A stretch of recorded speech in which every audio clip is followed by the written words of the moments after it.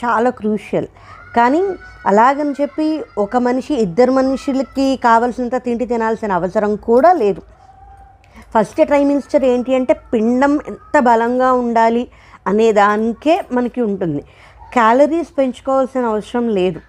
నాది 1000 calorie diet. నేను pregnancy confirm అయ్యేంత వరకు నేను రోజుకి 1000 క్యాలరీసే తీసుకున్నాను. దాని తర్వాత ప్రెగ్నెన్సీ కన్ఫర్మ్ అయిన తర్వాత నేను 1200 క్యాలరీస్ మాత్రమే తీసుకున్నాను. నేను పెద్దగా ఏమీ మార్చుకోలే. ఇప్పుడు 6th మంత్ వచ్చేసిన తర్వాత ఇప్పుడు కొంచెం ఎక్స్ట్రా ఇంకొకటి ఏమన్నా తిందాము, ఇంకొక 300 క్యాలరీస్ ఎక్స్ట్రా తిందామని నేను అనుకుంటున్నాను. డాక్టర్ అంది, నువ్వు ఇప్పటి నుంచి ఈ 3 నెలలు ఏం తినకపోయినా నీకు 2.5 kg బేబీ పుట్టేస్తుంది అని. అదేంటి మేడం అంటే అంతా బాగుంది అని ఆవిడ చెప్పడానికి అలా చెప్పిందనమాట. కానీ ఫస్ట్ ట్రైమిస్టర్ చాలా జాగ్రత్తగా ఉండాలి ఒకటి. ఇంకొకటి ఫుడ్ కూడా జాగ్రత్తగా తీసుకోవాలి.